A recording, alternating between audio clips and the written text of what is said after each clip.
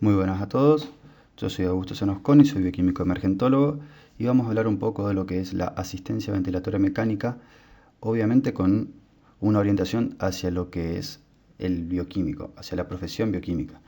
Para esto hay una especialidad que es la kinesiología intensiva, que se dedican exclusivamente a esto, así que lo que yo pueda llegar a hablar es muy superficial para lo que es la profundidad de la profundidad y la complejidad de lo que es el tema. O sea, hay un profesional especializado que hace una especialidad para hablar de esto que yo voy a hablar, pero vamos a hablar un poco de lo que es las generalidades y los conceptos básicos para poder entender un poco más cómo afecta a lo que es el paciente, a su medio interno y el estado ácido-base y de oxigenación en el paciente crítico. Entonces, los objetivos de esta charla son ver primero que nada la definición de qué es la asistencia ventilatoria mecánica, un poco las definiciones fisiológicas que involucra, mencionar un poco la historia de cómo fue que se llegó a lo que son estos equipos sumamente complejos que tenemos ahora, gracias a Dios, en la terapia, los usos, la interpretación y la importancia de la interacción del equipo de salud. Entonces, ¿qué es la asistencia ventilatoria mecánica? Acá les dejo una definición que me gustó, que encontré en la página de Cecielo, que les dejo el link ahí abajo, pero el concepto con el que se tienen que quedar es el motivo por el cual surgió este tipo de soporte vital, que como su nombre lo indica, es una herramienta que permite el intercambio de gases entre el alvéolo y el exterior. Es un asistente de la ventilación, aunque a veces se lo llame asistencia respiratoria mecánica. Sabemos bien que la respiración es un proceso químico que ocurre en la mitocondria, que tiene como aceptor final de la cadena de electrones al oxígeno. Si nos ponemos a pensar todo lo que ocurre antes, es un proceso físico, que los gases se mueven por diferencia de presiones, sacando de lado lo que es la unión del oxígeno y la hemoglobina. Pero bueno, esto es transporte de oxígeno, no ventilación ni respiración. La ventilación es un proceso físico y mecánico que depende de los gradientes de presión y las barreras físicas que se interpongan en su camino. Más precisamente hablando de la membrana alveolo-capilar. Ahora, la respiración es un proceso químico. Ahora, una definición un poco más amigable que podemos encontrar en el celular y vamos rápido a Wikipedia, es esta, que la ventilación mecánica es una estrategia terapéutica que consiste en asistir mecánicamente la ventilación pulmonar espontánea cuando ésta es inexistente o ineficaz para la vida. Para llevar a cabo la ventilación mecánica se puede recurrir a un ventilador mecánico o respirador artificial o una persona bombeando aire manualmente mediante la compresión de una bolsa o fuelle de aire. Esto es muy común ver cuando se lo transporta al paciente de un área a otra dentro del hospital. Van con una garrafa de oxígeno debajo de la camilla que va tirando aire y al paciente lo van bolseando. O sea, es como una botella un poquito más elástica con la cual van bombeando el aire al paciente. Entonces, ¿qué conceptos incluye esto de la ventilación mecánica? La asistencia ventilatoria mecánica. Vamos a tener lo que es la ventilación, la respiración, relación ventilación-perfusión, el volumen corriente, el espacio muerto, hablar un poco de las presiones, por ejemplo, lo que es la presión máxima y la presión al final de la última expiración, que esa es la famosa PIP, la presión positiva al final de la expiración, el tiempo de inspiración, el plató y la expiración, o sea, ahí viene lo que es la relación inspiración-expiración, la sedación, la adaptación del paciente, lo que es la presión parcial de oxígeno, la presión de dióxido de carbono, los porcentajes de saturación de oxígeno, los tipos de hemoglobina, la P50, la eficiencia ventilatoria y la diferencia alvéolo capilar. Y después, bueno, los cocientes que se usan para ver un abordaje rápido de todo esto, que serían la fracción inspirada de oxígeno y la PAFI. Si recordamos de fisiología, la relación BQ es el cociente entre la ventilación y el flujo sanguíneo minuto. Entonces, lo normal es que la ventilación sea 4,2 litros por minuto y el flujo sanguíneo sea 4 a 5 litros por minuto. Entonces, esto nos da una relación aproximadamente de 0,8 a 1 en promedio en todo el pulmón, porque no es la misma relación BQ a nivel de base que a nivel del ápex. a nivel del ápex reciben un poco menos de flujo sanguíneo y son alvéolos que por así decirlo, se reservan para lo que es situaciones de necesidad, por ejemplo, ante una actividad física. Por eso en el ápex tenemos mayor ventilación que circulación, y siendo lo contrario en la base. En la base lo que tenemos es un menor flujo aéreo por la compresión misma del pulmón y por efecto gravitatorio, y vamos a tener mayor circulación. Entonces, en promedio es de 0,8 a 1. Después las presiones, la presión positiva al final de la última expiración, el alvéolo no puede colapsarse, no puede quedar sin una presión positiva adentro, porque si no va a colapsar, y ese colapso y volver a inflarse, que se llama reclutamiento, genera una lesión. Por eso el alvéolo siempre debe quedar con aire, o sea, con una presión positiva. Ahora, la presión máxima es la presión máxima que se ejerce en la vía aérea para no reventar los alvéolos y producir barotrauma, volutrauma o alguna de las otras cosas que vamos a ver más adelante. Lo que se busca con el tiempo de inspiración, plató y expiración, para tener una relación inspiración-expiración correcta, es insuflar aire en un periodo corto y luego ir largando a poquito para mantener el alvéolo lo suficientemente estirado y facilitar el intercambio gaseoso. La sedación del paciente es sumamente importante, porque si no vamos a tener una situación que es lo que se denomina paciente desadaptado, que va a ejercer una resistencia a lo que es la ventilación. Cuando entre aire al paciente enviado por la máquina, si llega a ejercer una expiración forzada, porque la sedación no es completa, vamos a tener un choque de corriente que va a impedir la ventilación adecuada. Y todo eso, los sistemas nuevos tienen alarmas que van a sonar cuando detecten que el paciente está desadaptado. Los gráficos vamos a ver que son totalmente horribles y van a estar sonando alarmas, así que no va a ser fácil de ver, y hoy nosotros lo vamos a ver en el laboratorio como presiones de oxígeno bajas, de dióxido de carbono altas o pacientes desaturando. Este fue el primer equipo de ventilación mecánica, el famoso pulmotor, en el cual se introducía al paciente en una cámara y se generaba una presión negativa. Por medio de este inflador lo que se hacía era bombear y se generaba una presión negativa, con lo cual se producía una tracción mecánica de la vía aérea. Pero esto, bueno, si bien fueron las primeras aproximaciones a lo que es la ventilación mecánica, y agradecemos que haya sido el primer paso, por suerte después se evolucionó y tenemos cosas mejores, porque obviamente este es un sistema sumamente ineficiente que provocaba grandes problemas a nivel del retorno venoso. Al ser un sistema poco eficiente, por suerte duró poco y lo fueron mejorando. Fíjense que básicamente lo que hacía era el experimento del globo que nos enseñan en la primaria. Una presión negativa se ejercía y eso provocaba la entrada de aire en la vía aérea. En cambio, en los actuales podemos ver que ya tratan de imitar un poco más lo que es la vía aérea fisiológica humana o de cualquier mamífero. Podemos ver que cuenta con un sistema de humidificación, tiene filtros de aire antibacterias, que eso sería los cilios y el mucus de la vía aérea normal. Tienen trampas de agua para evitar también, como si fuese un filtro más, para evitar la entrada de polvo y bacterias. Tienen sensores barométricos, que son reguladores de presión positiva y negativa. Tiene un software informático con display táctil desde el cual se puede regular absolutamente todo. Entonces, los tipos de ventilación mecánica se pueden distinguir en ventilación mecánica parcial y total, a presión negativa y a presión positiva, y a presión positiva invasiva y no invasiva. Según el esfuerzo que realice el paciente, vamos a tener la ventilación mecánica parcial y total,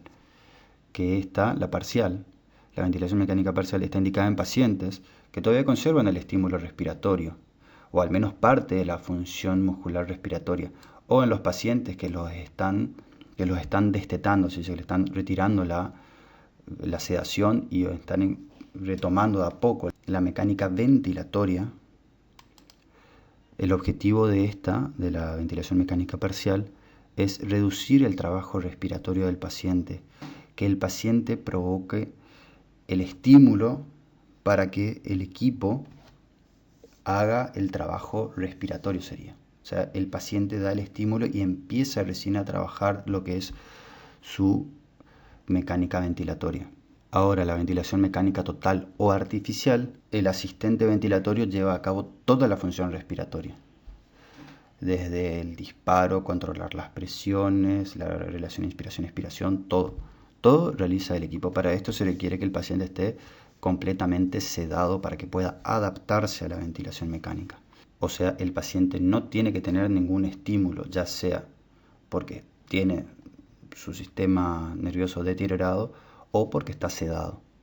Ahora, la ventilación a presión negativa era el famoso caso del pulmón de acero que vimos, o el pulmotor que vimos anteriormente, que fue la primera técnica utilizada. La ventilación a presión positiva se basa en la presurización del aire que realiza el equipo y por diferencia de presiones, como venimos hablando al principio, el aire llega hasta los alvéolos para atravesar la membrana alveolo-capilar. Y el otro tipo de ventilación que podemos distinguir es ventilación positiva, ya hablando, invasiva y no invasiva.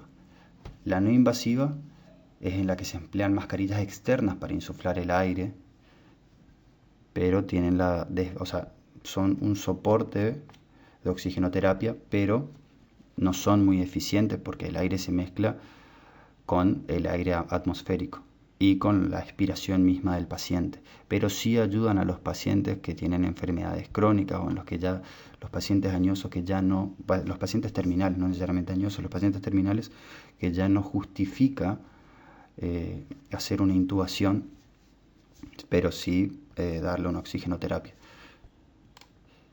Y en la invasiva lo que tenemos es que se emplean lo que es la intubación orotraqueal por traqueostomía o nasotraqueal. Esto ya es invasiva porque se mete un tubo que llegue hasta las vías aéreas inferiores. Ahora, ¿qué tipo de ventilación mecánica se va a utilizar? Eso ya es en función a las necesidades y las capacidades que tenga el paciente. Y obviamente lo definen entre el médico, que es el encargado del paciente, y el kinesiólogo intensivista. Ahora, ¿qué pacientes van a requerir la asistencia ventilatoria mecánica? Vamos a tener crónicos y agudos. Los crónicos, aquellos con EPOC y fibrosis pulmonar en general, y los agudos, aquellos que tengan neumonías, traumas o shock. Acá tenemos una radiografía de un paciente que tiene sus vías aéreas normales, no tiene ningún tipo de infiltrado. Ahora vamos a ver acá lo que es un paciente con una neumonía en base derecha. Podemos ver, estas son típicas de lo que es pacientes intubados con la asistencia ventilatoria mecánica que generan una neumonía bacteriana en base derecha. Fíjense que las bacterias generalmente generan una neumonía que es de un solo lado del pulmón y están concentradas solamente en un área. No son como las virales, en cambio, que se expanden por todo el pulmón y tienen esta característica de ser de vidrio esmerilado, le dicen. ¿Cómo interpretamos entonces este monitor de un equipo de ABM? Este es un tipo de ventilación mecánica total a presión positiva e invasiva. Es decir, se requiere que el paciente esté sedado para que no utilice sus músculos ventilatorios y ejerza resistencia a la ventilación soporte. Acá si miramos, tenemos por todo lo que es la periferia, tenemos los comandos que nosotros introducimos en el paciente. Fíjense, por ejemplo, acá empezamos con esto, que es la fracción inspirada de oxígeno, que es al 40% en el extremo superior derecho. Después, si vamos hacia la izquierda, tenemos el volumen minuto, el volumen corriente, las respiraciones por minuto, la relación inspiración-expiración, que era lo que hablábamos antes, el tiempo de expiración, el tiempo de inspiración, el flujo pico en litros por minuto. Fíjense, acá la presión pico es el pico de presión que puede llegar, la presión máxima seteada en el equipo es de 23 centímetros de agua. Ahora la media es de 11,6 y la presión positiva al final de la expiración es de 8,1, que es esto que vemos acá. Esta línea roja acá al final es la PIP Acá el pico es de 23. Ahora, los límites de presión antes que se dispare la alarma, acá para mi gusto está muy alto, seteado al 56, y el inferior es de 5. Acá vemos lo que es el seteo del PIP, el trigger, que sería el disparo de la inspiración, acá nuevamente la FIO2 para setearla, y bueno, acá el tiempo de subida. Recordemos que todas estas cosas la regula el kinesiólogo intensivista en caso de que haya, sino el médico. Y acá en estos gráficos lo que tenemos es, vamos a ir a la siguiente para ver un poco mejor. Lo que tenemos es, yendo acá arriba de nuevo, la presión en centímetros de agua, la presión en la vía aérea proximal, que es este PAU, presión en la vía aérea proximal. Vamos a tener el pico máximo de 23 centímetros de agua, la PIP de 8.1, y acá lo que tenemos en rojo es todo el periodo expiratorio. Acá en verde la inspiración, fíjense que se corresponde bien con lo que es el tiempo inspiratorio y el tiempo expiratorio. Acá tenemos diferentes gráficos que lo que muestran es diferentes parámetros en los periodos de inspiración y expiración. Fíjense este de acá abajo, por ejemplo, el volumen total en litros en función del tiempo. Fíjense cómo se insufla la gran cantidad de aire, o sea, casi medio litro de aire en menos de un segundo, se mantiene un poquito y luego comienza a bajar. O sea, cuando digo se mantiene sería mirando este pico, este de acá arriba, porque el volumen lo que hace es se inspira y luego comienza la expiración, pero la presión se mantiene para mantener el alveolo inflado la mayor cantidad de tiempo posible de esto, o sea, de mantenerlo la mayor cantidad de tiempo posible, siempre y cuando no sea patológico, a la presión adecuada para no reventar el alveolo, y de este modo facilitamos lo que es el intercambio gaseoso la mayor cantidad de tiempo posible. Acá fíjense, tenemos otro gráfico de lo que es el volumen total en litros por minuto, el volumen minuto en litros por minuto, en función del tiempo, que generan diferentes gráficos. Y acá tenemos de este lado lo que es el volumen minuto en función de la presión. Fíjense cómo tenemos que primero aumenta la presión y levemente el volumen, y luego tenemos cuando ya llega a la presión máxima, tenemos que, sin generar más presión, lo que tenemos es un incremento del volumen, porque acordémonos que esto no es a nivel alveolar, sino a nivel de la vía aérea proximal, y luego durante la expiración es el ciclo contrario. Lo importante de esto es que si nos sentamos con tiempo y tenemos ganas de aprenderlo, lo aprendemos bien e interpretamos cada gráfico. Lo que nosotros tenemos que tener en la cabeza a la hora de ir a tomar la muestra al paciente es mirar estos monitores y ver si el paciente está adaptado o no, qué FIO2 tiene, la PIP, y en los otros monitores también poder ver la presión sanguínea, las pulsaciones, ver las drogas que le están infundiendo, porque todas estas son cosas que a nosotros nos van a permitir hacer la validación de los análisis que nos van a entregar los diferentes equipos. En este caso puntual, acá hablando de lo que es el asistente ventilatorio mecánico, lo que más nos interesa son la FIO2 y la PIP. ¿Y cómo vamos a saber si el paciente está adaptado o no? Fíjense en con lo que nosotros nos tenemos que quedar es que cuando nos vamos a mirar el monitor, ver la fracción inspirada, la PIP, que nos van a decir, van a ser indicio de la severidad del paciente, por así decirlo, su requerimiento de oxígeno, que a mayor requerimiento, a mayor FIO2, a mayor PIP, nos van a decir que está teniendo un mayor problema en lo que es la membrana alveolo-capilar, o bueno, a nivel de otra área, pero generalmente es ahí a nivel alveolo-capilar, ya sea por una neumonía, por un edema, por lo que sea.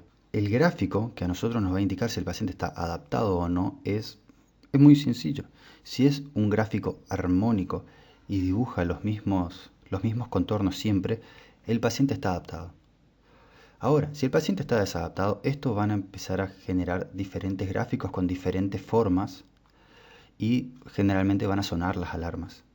O sea, todo eso a nosotros nos va a decir que el paciente está desadaptado y nos va a ayudar a interpretar los valores de los gases en sangre. Vamos a hablar ahora entonces de lo que es la oxigenoterapia. Si la saturación baja del 92%, entonces se debe instaurar lo que es la oxigenoterapia por medio de oxígeno suplementario. Se parte de sistemas no invasivos, que sería la oxigenoterapia convencional, cuyo fundamento es puramente físico, que al principio, sin aumentar lo que es las presiones, o sea, a partir de aire presurizado, simplemente aumentar la concentración de oxígeno que entra para facilitar, por diferencias de presiones y concentraciones, el pasaje de aire a la sangre. Los tipos de oxigenoterapia son, partiendo de una menor FiO2 a mayor fracción inspirada de oxígeno, vamos a tener las gafas nasales, que son las famosas bigoteras, y se setea una concentración de oxígeno que el paciente, utilizando su mecánica ventilatoria, va a realizar la ventilación. Pero acá lo único que se hace es aumentar la concentración de oxígeno. Si esto no es suficiente, se pasa a una mascarilla, que acá ya tenemos en teoría mayor concentración de oxígeno, pero se mezcla con el aire ambiente, con el aire expirado, etc. Acá el Ventimax, ya es una máquina que tiene unas válvulas que permiten la salida de aire y que no se mezclen. Si no, tenemos la cánula nasal de alto flujo y luego la mascarilla con reservorio. Estos no permiten tener una certeza de la fracción inspirada de oxígeno porque los gases se mezclan y no es certero lo que tenemos. Entonces nosotros no vamos a poder decir que el paciente está con una fracción inspirada de tanto. Simplemente se dice que el paciente está con tantos litros de oxígeno. Nosotros cuando vamos a la sala del paciente y nos encontramos que tiene una oxigenoterapia, lo que nosotros tenemos que hacer es retirar la mascarilla o las gafas nasales, lo retiramos y dejamos que el paciente ventile de 3 a 5 minutos respirando aire ambiente para tener lo que es el estado ácido base y oxigenación del paciente al 21%, para saber si al 21% está ventilando adecuadamente o no. Obviamente se espera tener un valor levemente bajo, pero no muy bajo. Si nosotros vemos que el paciente empieza a desaturar o que le falta el aire, obviamente hay que decirle que se ponga nomás la mascarilla y que siga ventilando bien. O si no, tratar de sacarle la máscara antes de que se fatigue y que le empiece a faltar el aire, porque si la saturación baja demasiado puede entrar en paro cardíaco. Entonces esas son las precauciones que tenemos que tener a la hora de ir a sacar sangre a un paciente que tiene este tipo de oxigenoterapia. Obviamente cuando tiene la asistencia ventilatoria mecánica no le vamos a sacar eso. Cuando está conectado al ventilador no se le saca nada, se le saca así como está, porque lo que se quiere es ver cómo está el paciente conectado al equipo. Hay un caso mixto que es un paciente que está traqueostomizado, el paciente que está conectado al asistente ventilatorio mecánico, y luego se retira el ventilador y se lo deja conectado, se conecta la cánula a lo que es la traqueostomía. O sea, el paciente está utilizando su mecánica ventilatoria. Vamos a retirar lo que es el tubito que se está conectando a la traqueostomía para poder así tener certeza de lo que es el paciente ventilando el 21%. Sería lo mismo que es retirar una gafa nasal, una mascarilla. Pero eso siempre teniendo la aprobación del médico o kinesiólogo que esté a cargo del paciente y teniendo la precaución de que no desature. Entonces, ¿cuáles son los objetivos de la asistencia ventilatoria mecánica? Mantener el adecuado intercambio gaseoso, que es lo lógico, disminuir el trabajo ventilatorio por todo lo que es la mecánica ventilatoria del paciente para evitar fatigas, minimizar el desarrollo de lo que es la injuria pulmonar inducida por la ventilación mecánica o BILI, y el objetivo de la ventilación mecánica es lograr una saturación de la hemoglobina en los casos ideales del 94 al 98% o como mínimo de un 88 a un 92%. Dentro de los tipos de BILI que tenemos lo que es volutrauma, barotrauma, atelectrauma, toxicidad por el oxígeno y el biotrauma. El volutrauma es cuando tenemos un exceso de distensión de las unidades alveolares que provoca un estiramiento de la membrana basal y la distensión de las uniones intracelulares. El barotrauma es cuando se produce una ruptura de los alvéolos por un exceso de presión, con la consiguiente entrada de aire al espacio pleural, provocando un neumotórax. Estos suelen ocurrir cuando se instauran grandes volúmenes corrientes o presiones pico inspiradas demasiado elevadas. Después, el atelectrauma habíamos mencionado al principio y es lo que se conoce como lesiones de reclutamiento. Es cuando la PIP es demasiado baja o casi nula, y lo que tenemos es que los alvéolos se cierran, se pegan y luego se vuelven a distender. Esto provoca una ruptura de los alvéolos. Este tipo de lesión se conoce como atelectrauma y un factor predisponente es la pérdida del surfactante que mantiene inflados los alvéolos y ayuda, o sea, dentro de las funciones del surfactante es disminuir la tensión superficial del agua para facilitar el pasaje del oxígeno facilitar la difusión de cualquier gas, de todos los gases, y aparte de eso mantiene abierto el alvéolo. La toxicidad por el oxígeno se produce cuando las concentraciones de oxígeno inspiradas, o sea, la fracción inspirada de oxígeno, es muy elevada. Lo que se sugiere es que la fracción inspirada de oxígeno no sea superior al 60% por más de 3 días, porque lo que provoca es la producción de radicales superóxido, peróxido y radicales libres del oxígeno que provocan un daño directo en el alvéolo. Y ahora, el biotrauma no es precisamente el daño por bacterias, como uno podría pensar, sino es una mecanotransducción física. O sea, las fuerzas detectadas por la célula son convertidas en señales bioquímicas y provocan la secreción de citoquinas y quimiosinas, que lo que hacen es atraer a las células a la respuesta inmune y provocan una respuesta inflamatoria, sin causar infección previamente. En un primer momento se genera una inflamación. Obviamente el daño pulmonar después va a facilitar lo que es infecciones posteriores. ¿Qué aportamos nosotros desde el servicio de bioquímica? Tenemos lo que es la medición exacta y precisa del medio interno del paciente.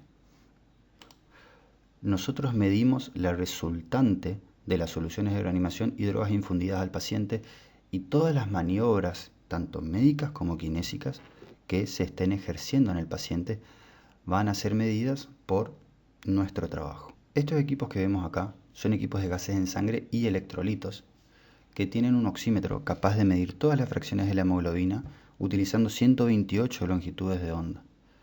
O sea, es mucho mejor que el oxímetro de pulso que se utiliza en la cama del paciente, sin mencionar ahora todas las limitaciones que tiene lo que es el oxímetro de pulso. Esto lo que hace es una medición precisa de todas las fracciones. Mide la hemoglobina y mide las fracciones de la hemoglobina. No es que calcula, estima o hace algún cálculo para sacar las fracciones. Las mide con longitudes de onda específicas para cada una de ellas. Sin entrar tanto en lo que es la hemoglobina, nos entrega todos los parámetros medidos del estado ácido-base y oxigenación del paciente. No solo parámetros medidos, sino también calculados en menos de un minuto, que es lo interesante.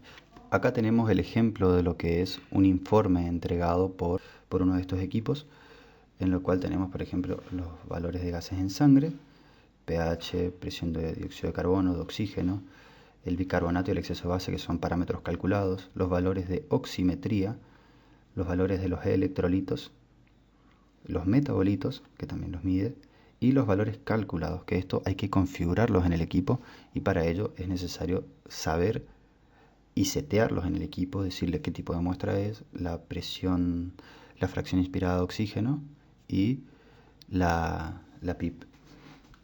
Y con esto nos va a calcular lo que es el contenido arterial de oxígeno, la PAFI, el gradiente alvéolo arterial, la eficiencia ventilatoria, el A sobre A, la P50, que nos indica la afinidad de la hemoglobina por el oxígeno, la hemoglobina medida, el hematocrito estimado, considerando que el BCM es normal, la osmolaridad calculada a partir del sodio, la glucosa y el potasio, y la presión barométrica del momento de realizada la medición. Acá les dejo la escala PAFI con su interpretación de los resultados que dé, el contenido arterial de oxígeno, cómo se calcula, que es el poder oxifórico de la hemoglobina por la saturación de oxígeno por la concentración de hemoglobina que haya, que esta parte de la fracción de la ecuación sería la cantidad de oxígeno unido a la hemoglobina sumado a lo que es la fracción disuelta del oxígeno que viaja en la sangre. Esta es la presión de oxígeno medida por el equipo multiplicado por su coeficiente de dilución. El gradiente A menos A, que es el gradiente alvéolo arterial, que nos da un indicio, nos indica la diferencia de presión de oxígeno que hay a ambos lados de la membrana alveolo-capilar, y la eficiencia ventilatoria, que es otra forma de ver la cantidad de aire que pasa a través de la membrana alveolo-capilar. Lo normal sería que sea mayor a 80%. Y bueno, la P50, que ya dijimos que es un indicativo de la afinidad de la hemoglobina por el oxígeno. Acá les dejo otro casito para analizarlos y acá un tercero. Ahora, por último, mencionar, la unión del personal de salud culmina en un único beneficiario, que es el paciente. Los egos y guardarse los datos para uno mismo va en contra de un profesional de la salud, ya que el único que se perjudica es el paciente. Siempre es importante tener una buena comunicación, por más que no se lleven bien personalmente con el personal que esté del otro lado. Tener en cuenta que el que se beneficia es el paciente, es por el que estamos trabajando en ese momento. La interacción entre los agentes de salud es clave para conocer y abordar al paciente como se requiere, evitar tratamientos y muestras inadecuadas, porque muchas veces se pueden hacer maniobras totalmente inadecuadas por no tener una comunicación pertinente. Y bueno, sin extendernos mucho más, quiero agradecerles por haber llegado hasta el final del video. Así que bueno, nos vemos en la próxima.